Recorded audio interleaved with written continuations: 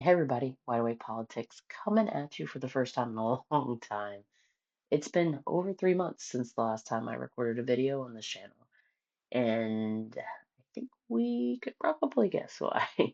Last time I came at you, we were talking about Inauguration Day and some of the different um, confirmation hearings. And let me tell you, when I tell you I was wrong about Marco Rubio, but you can go back and look and be like, I was like, Marco Rubio doing your thing. I was wrong. I thought he'd have a little bit more,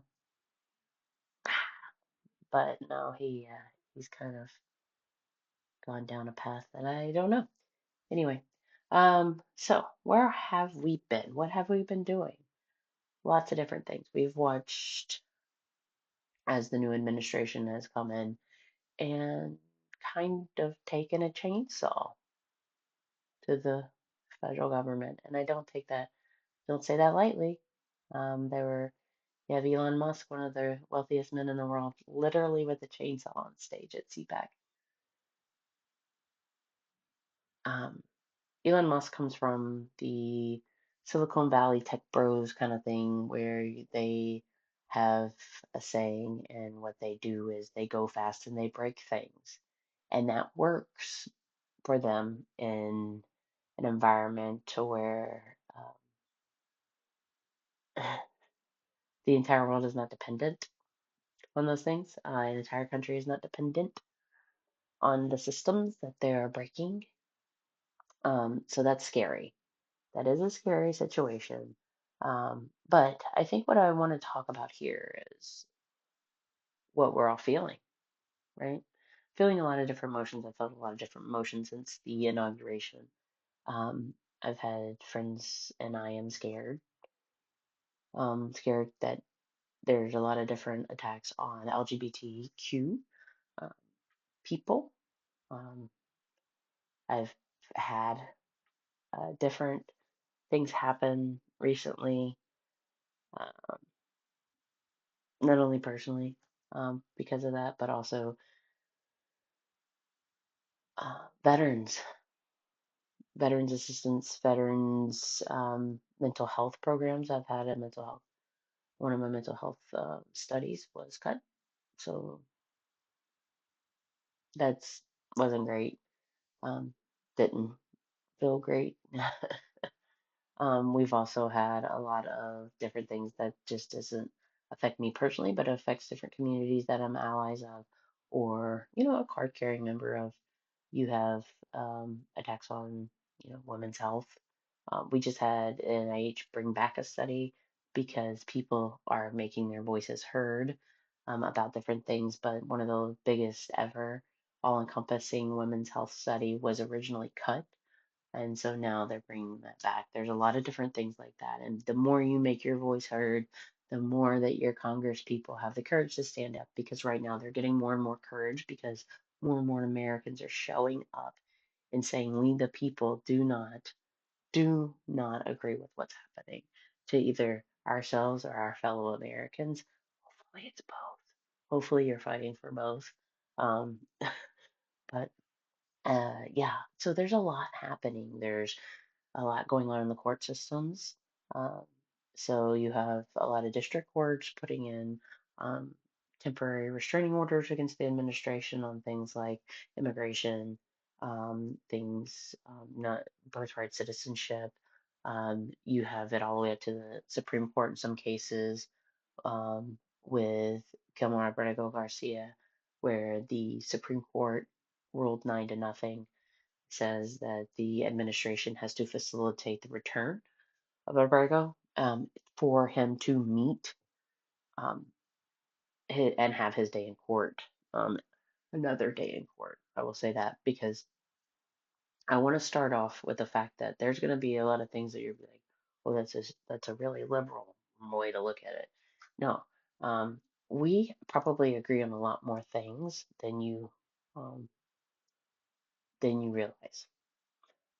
When I say that, I mean, I think there's a lot of things that maybe the media, maybe the administration, maybe things that you are seeing on social media. are being engineered to think that um, the left or the libs are trying to bring home this MS-13 gang member, and that's we're going after and trying to bring home a criminal. And why would we do that? Well, that does sound crazy, but let's do a little bit of critical thinking on this and just kind of walk through the process. It's not about Kilmar Brago Garcia. It's not about him. It's about the process. It is about due process. It is about the fact that I do believe that he has two orders that saying he has got to get out. Believe that. I also believe that, and I hope you believe that, hopefully you believe that too. I also believe that there's an order that says he can be deported, but he cannot be deported to El Salvador. He can be deported to another country. He just can't be deported there. Now, do you believe that? You should, because that's the truth. Now, that's what our court said. And then the administration sent him to El Salvador. In their own court documents, they said it was an administrative error because they forgot that he wasn't supposed to be deported to El Salvador. He should be brought back, just like the Supreme Court said. We should facilitate that. Bring him back to court, give him another day in court for due process, and then probably he gets deported somewhere else. That's it. He's not going to stay here. And if he does, then that's a whole nother thing, and I will be glad to talk about that. But that's where we are with it. That's the truth, and it's about due process. Because if anybody doesn't have due process in this country, everybody gets it. Everybody. It's the Constitution. It does not define that U.S. citizens get it. It defines that anybody in this country gets due process. And you can look at actual Supreme Court justices across the spectrum. You have Scalia that said that, and you have like people like Ruth Bader Ginsburg. I mean, she's not extremely liberal, but she's definitely on that side. So you have two completely different ideologies on the Supreme Court, completely separate, that tell you the same thing, that the Constitution does not um, require U.S. citizenship in order to receive the due process under the law. So I think that's important to remember there. And what I want to also, I'm kind of moving you all around there, is when we talk about that, I want to just get everybody's attention to what the President of the United States says about this exact thing, because he just sat down for his 100 days interview with Time Magazine.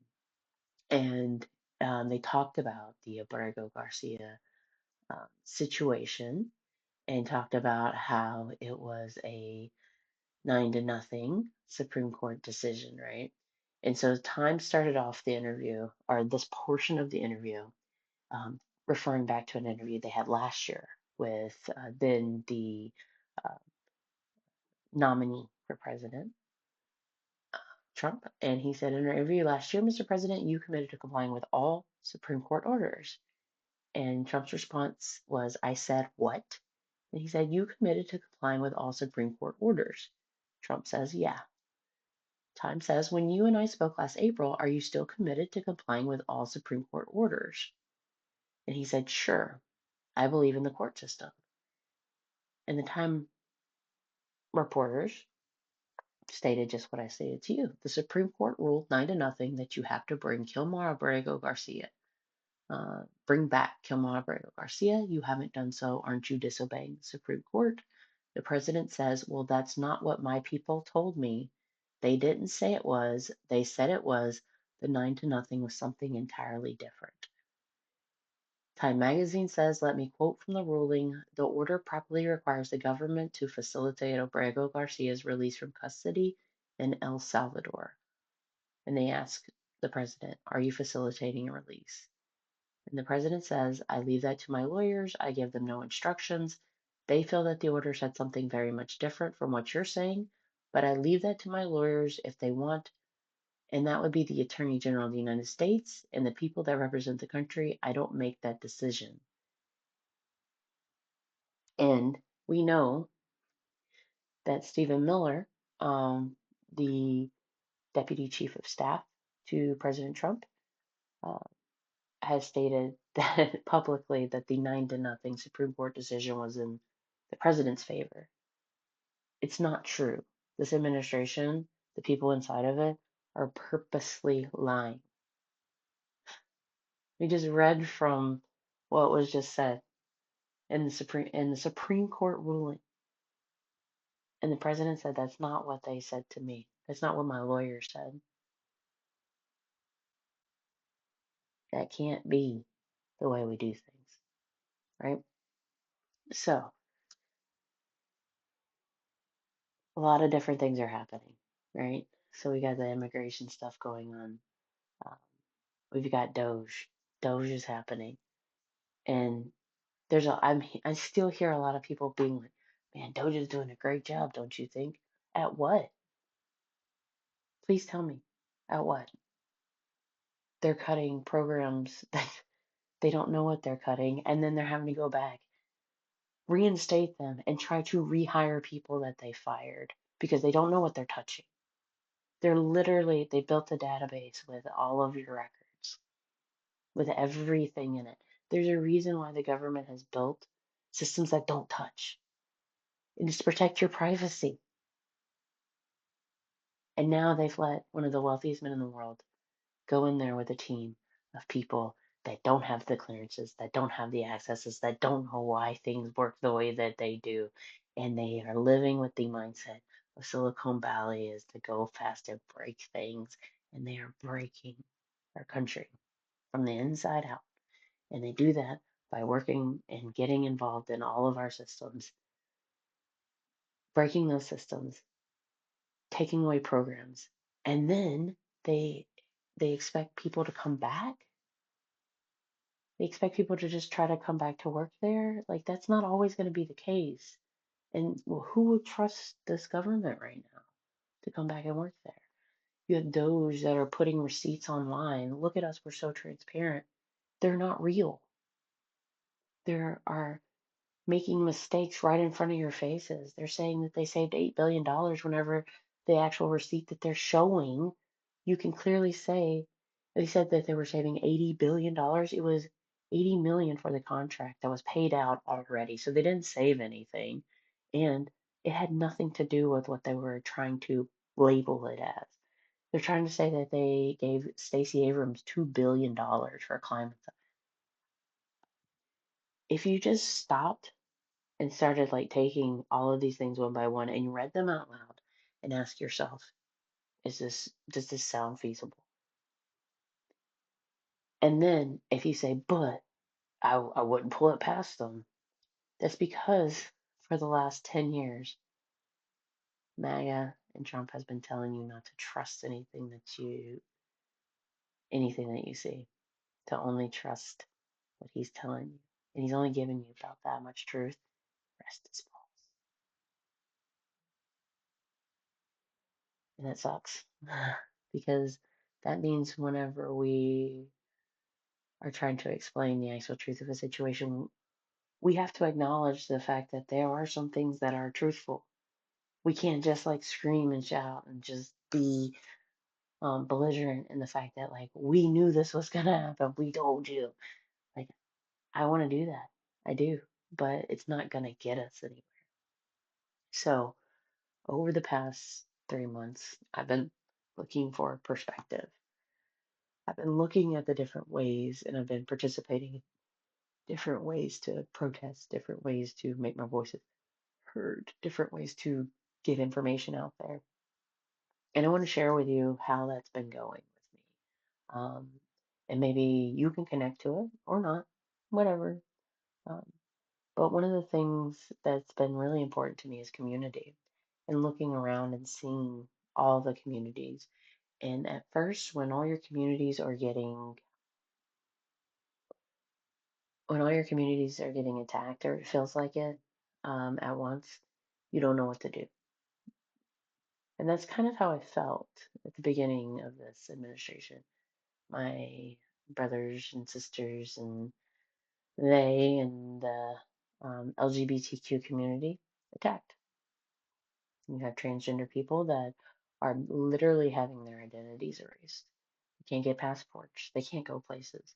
The State Department took off the T from LGBT for travel advisories. You have the Park Services taking off references to transgender people at the Stonewall Memorial. Those are the types of things. You have people being denied medical attention. You have people in the service that are transgender who have passed every medical board so far and they are getting kicked out just for living authentically. I was deployed with transgender troops. They can deploy. You have women being attacked. Where white women are the biggest beneficiary of diversity, equity, and inclusion programs.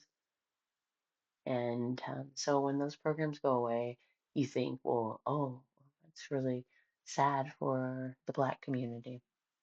Mm-mm. It's sad for all of us. Diversity, equity, and inclusion affects us all. And so when people start attacking diversity, equity, inclusion, I ask you to ask them which thing do they not agree with, and have a conversation if they are worthy of your time in that conversation. Um, so a lot of different things happening, and community though. So um, my gay community as well, married gay community, our rights. 9 states are now petitioning to have marriage redefined again as between a man and a woman. What have we done? What have we done to deserve that? Again, if it goes to the Supreme Court and a conservative Supreme Court rules that it should go back to the states, similar to Roe v. Wade, then at least 9 states will say that we are not worthy of love. That's what it is. Because I'm not affecting you. We don't affect you. Mm. And then you see other communities that maybe you're not involved with any of those communities, but you see other communities that you are an ally of. I am a huge supporter of public education, and that's being dismantled. And a lot of, like federally, we see that the Department of Education, they're trying to get rid of it. A lot of people don't understand the Department of Education. We had did an entire, like almost 2 hour episode on it. So go back and listen to it. Listen to it on double speed. I don't know. But it's important. The Department of Education is important for people and children with special needs. Mm. And so you're attacking special needs children, people who need differences, who have differences, educational differences, who need extra attention, are most vulnerable in the classrooms. We're taking funding away from them because that's what the Department of Education does. They fund those types of programs. And not only that, we have states that are now going in and making basically taking away public education by doing these voucher programs that are there to only enrich the wealthy. And guess what? They will start denying your children with special needs that would need require special attention are most vulnerable. They will they're not going to accept them, or whenever they do, wait a couple of years, because I've seen it happen in Colorado where these magnet schools, these charter schools that were doing great, these kids with behavioral issues or educational like issues that needed extra time, extra attention, they were doing really great. And then that school needed some more funding for other children, or they wanted to give more scholarships for this, that, or the other. Guess who wasn't going to be able to go to those schools anymore? And then the public schools in those areas were lacking because they weren't getting the funding. It's a vicious cycle, and at the end of the day, guess who suffers? The children. So I'm not a mother. not a parent, but that's a community that I am an ally of, that I support. I support teachers. I'm a member of the veteran community. We're obviously being attacked in numerous ways, but um, so communities. When we see communities under attack, let's start figuring out, you know, where we can serve each other best. And if one of our communities are under attack, then instead of retracting and only going to the communities that we're card carrying members of, we need to open our communities and make them larger and bring those people in. I think it was like Glennon Doyle that talks about uh, friendship. They shouldn't be circles. We shouldn't have friendship circles. We should have friendship horseshoes. And I think the same way for communities. You want communities to be able to be opening and inviting. Um, and the more communities we kind of gather, the bigger we become, the more diverse we become, the more diverse in thought, the more diverse in feelings. And guess what? We're not gonna all agree on every single thing in our community. And that's okay, as long as we're not stepping on other people's rights or beliefs within our community. That's the fundamental rule, right? Is one is kindness, is lead with kindness, but don't step on other people's rights in our community. That's it. Um, that means you can practice whatever religion, whatever faith, whatever thing you want, as long as you're not pushing them on other people. You can love who you want as long as you're consenting adults. Look at that. Those type of things. So you want to remember that in your communities. Um, you may not agree on faith. You may not agree on religion. Again, as long as it's not stepping on each other, why does it matter? You may not. I saw something the other day on Instagram or Reels or something, and it was talking about uh, this is going to be me talking to like Democrats and left-leaning individuals real quick. Stop excluding each other because you don't agree 100% on everything. There's not going to be things that we shouldn't agree on things 100%. That's that diversity of thought. We need new thoughts. We need that diversity of thought in order to not make bad decisions. We see what happens like in this administration whenever you just have people, yeah, yeah, that's what we should do. Yep. Nobody's pushing back. And then you get in these situations to where you're alone. The more you exclude people of like, oh, they got that, they went to Target, yeah, we can't talk to them anymore. They did this, we can't talk to them anymore. Those are the types of things. It's not, oh, they didn't show up for the protest. They obviously don't care. You don't know what's going on. You don't know what kind of anxiety they have in crowds. You don't know if it's a veteran that has PTSD who can't be in big crowds. You don't know. You don't know if somebody who has a job as a federal worker and they don't want to be seen in those crowds, but they want to be out there with the people because they know that it's important. You don't know. So I'm going to ask you to let's lead with kindness for a little bit within our own communities. I've seen so many people put down um, Cory Booker's way of doing things. Yeah, he stood up for 24 hours and he talked. He did. That man did that. And he got in front of Congress. And yeah, he didn't stop a law or anything else, but he said, if you go back and listen to him, just listen to a few clips. Listen to what he said. He didn't read from a telephone book. He actually talked about things that mattered. And they matter right now. One of his amazing quotes that he said, he was talking about his dad, and he said his dad told him, son, don't act like you hit a home run when you were born on third base.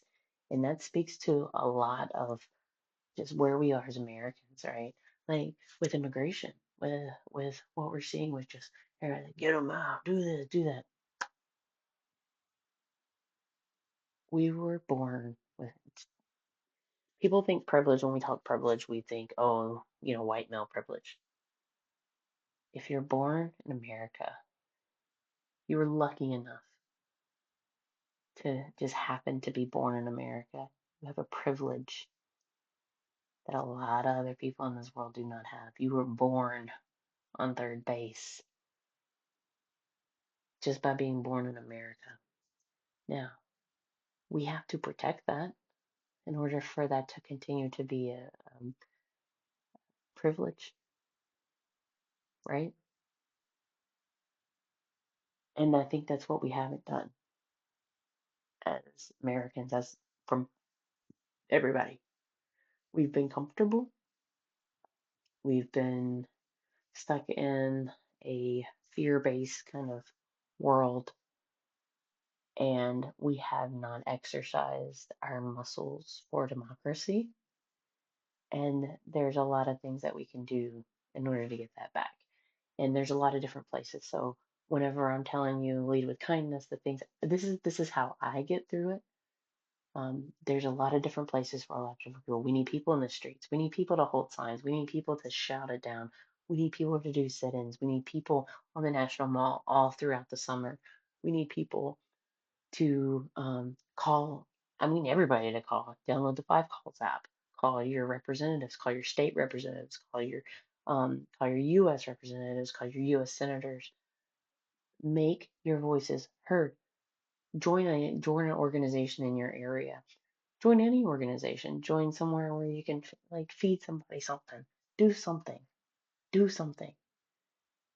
Do better, right? Just do better.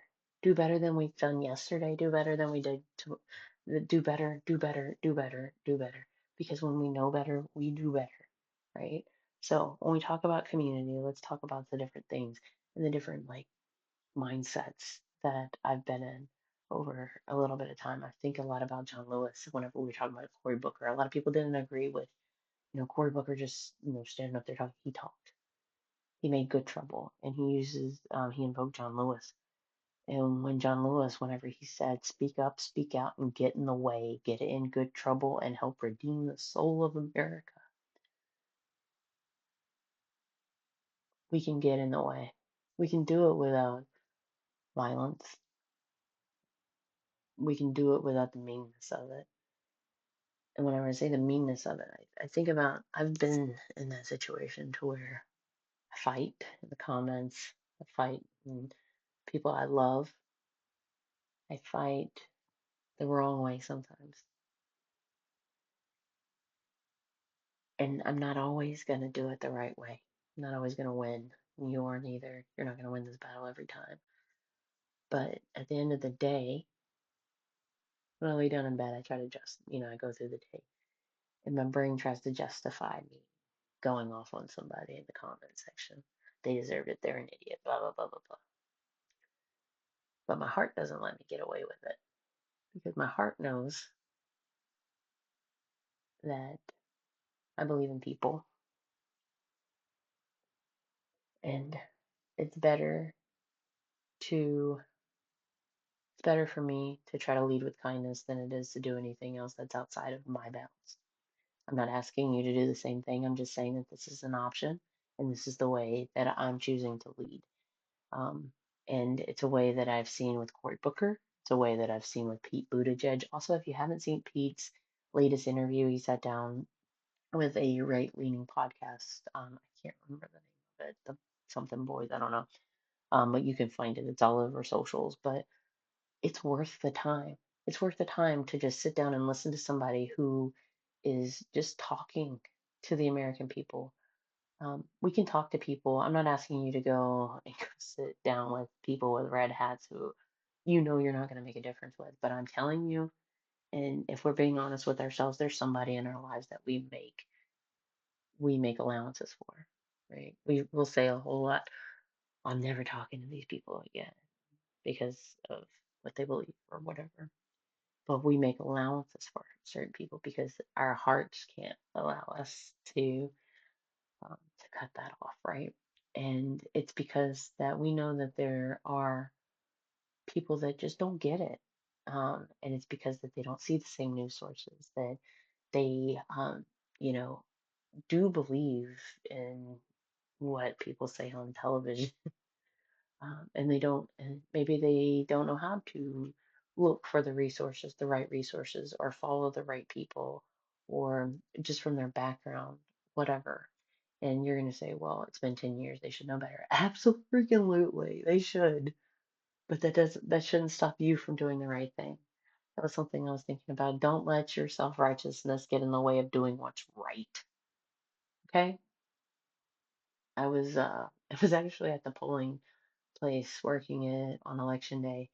And so the Dems had their board out, and we had our table out. We had all of our stuff. And there was a bunch of us. There were like 6 or 7 of us. And then the Republicans had theirs out. And I live in a very blue county, so it's not like they had a lot going on. But they had their materials on. It was an extremely windy day. And the wind came out and just knocked all of their things down. And there was one lady over there doing it. And I look around, and everybody on my side just kind of, huh. And then I heard some snickering. That's not in me. I walked over, helped her pick up her stuff. The material was terrible. The things that they were accusing the Democrats of doing was terrible. It was about abortions.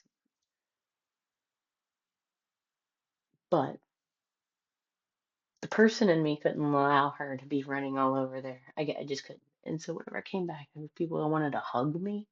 Oh, I'm so glad you did the right thing. No, we all should do the right thing. When you see somebody struggling, you should do the right thing. That's just what it is. But then, and that may not be for you, and that's fine. That's fine. But I just want to give some people an opportunity to say, like, this is how maybe I want to fight, because there's so many ways to fight. You aren't less of an activist if you don't do this, that, or the other. You can fight with your money, you can fight with your time, you can fight with your letters, you can fight with op-eds, you can fight with your words, you can build up, stand up, practice self-care, protect your peace, because the first thing that you have to do is protect yourself first.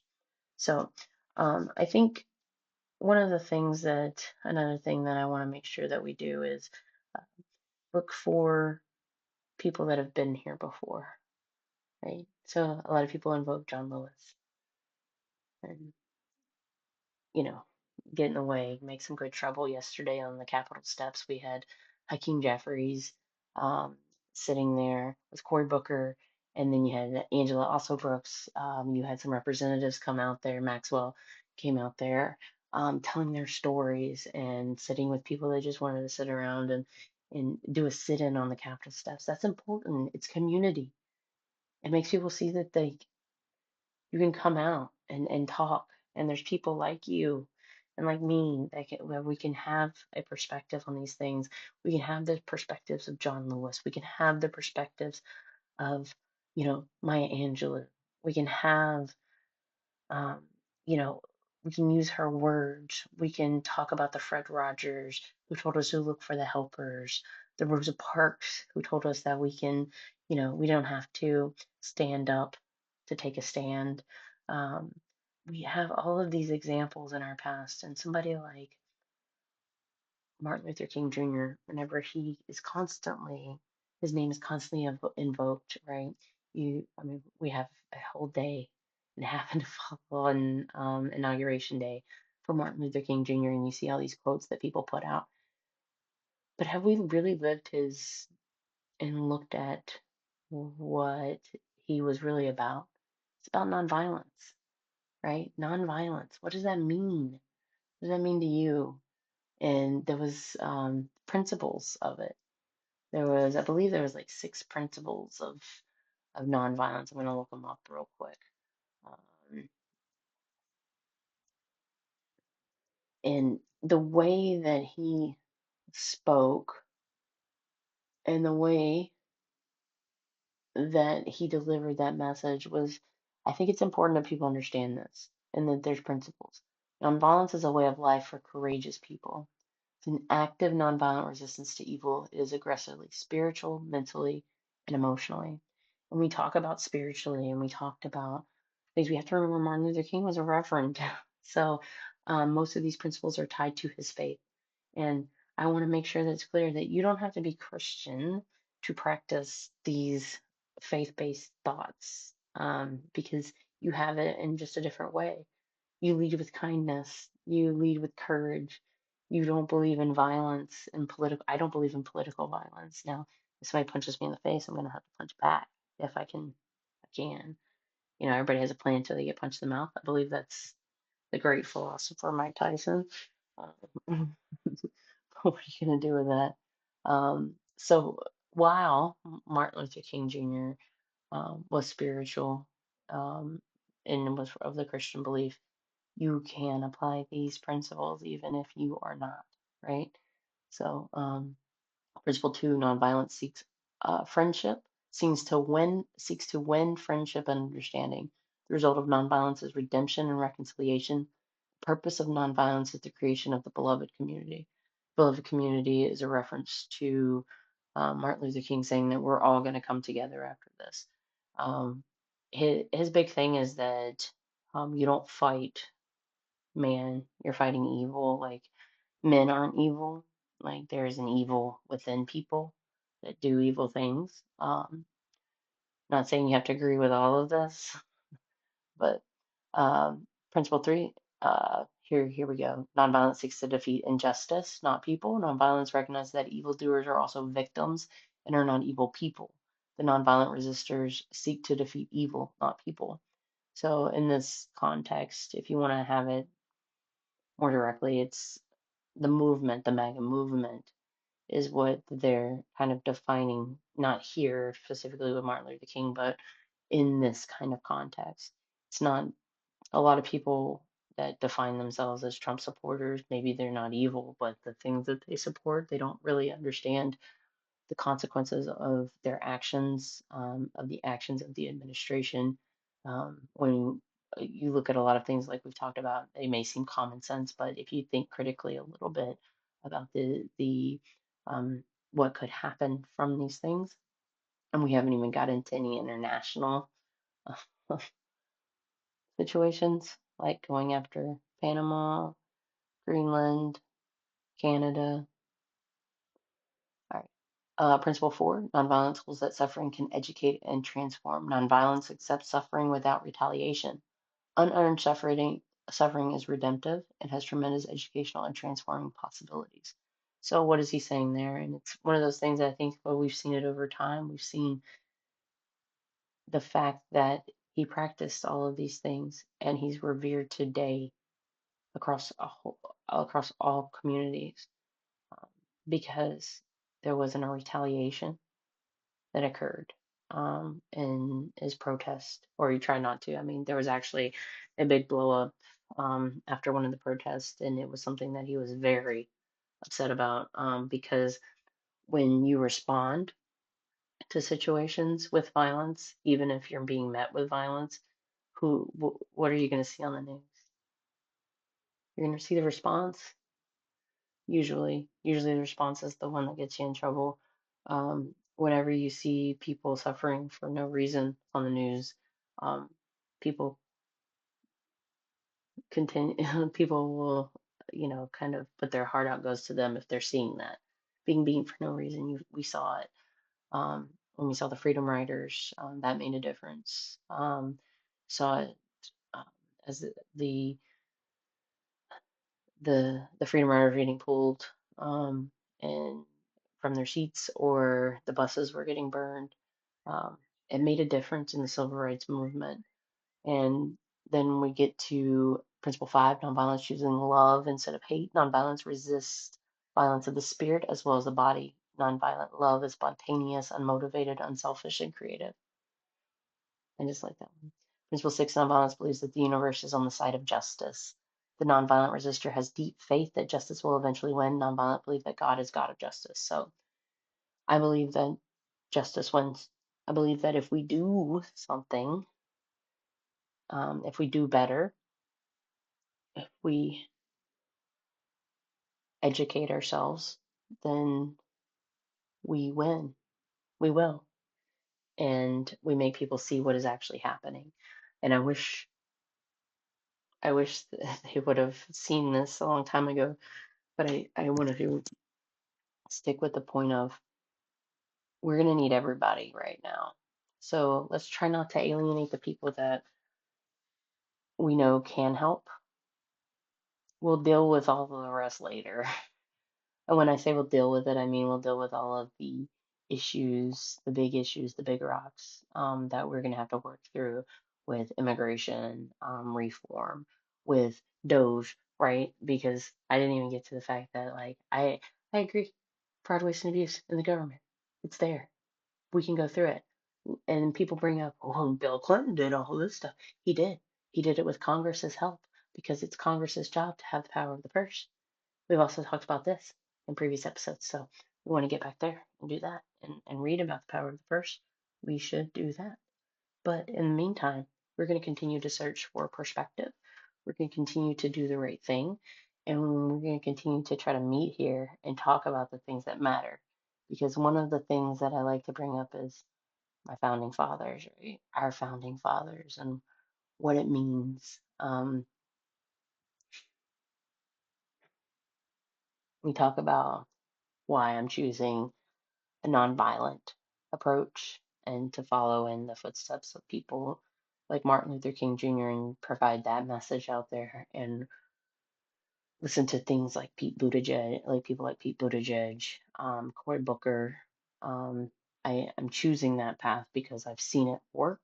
Um, I've also seen us move backwards recently, and it's because, again, democracy is a muscle that we have to exercise.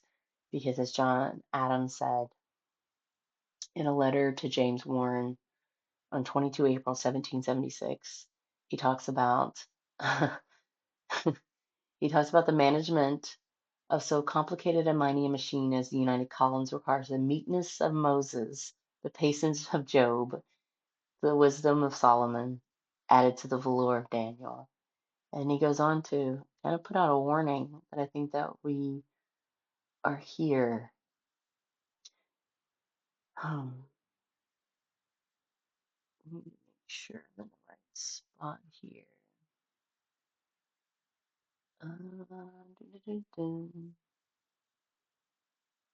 Supporting. There's a couple quotes in this one page, and I want to make sure that I have it right.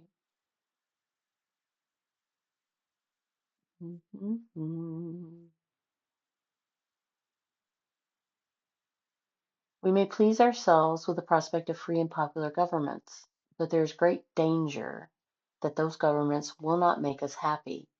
God grant they may. But I fear, and this is very important, John Adams, before the Constitutional Convention, before the Declaration of Independence was signed, said,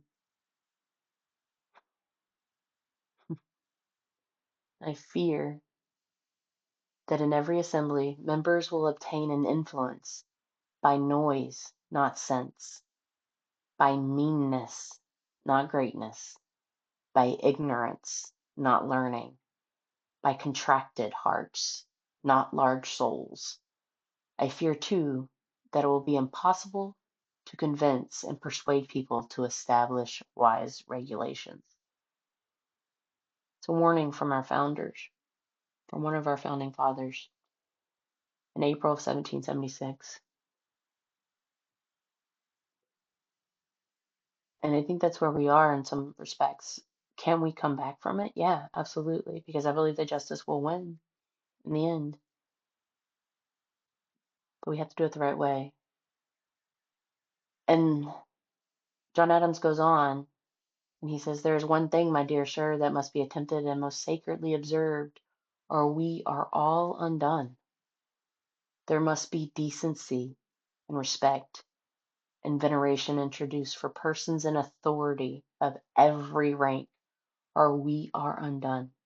We must demand that there be decency, respect, and veneration. We must demand that our elected officials are decent. We must demand that we go back to the times where the people that are in assemblies or had sense, that made sense, that were great, not mean, that learn, that open a book, that know our history, and know that we cannot repeat it. So that's where I'm at. And I hope to meet you all here again soon to talk through some of the things that are happening in the administration and how we can work to do better. So thanks for stopping by, and hopefully we'll see you again soon.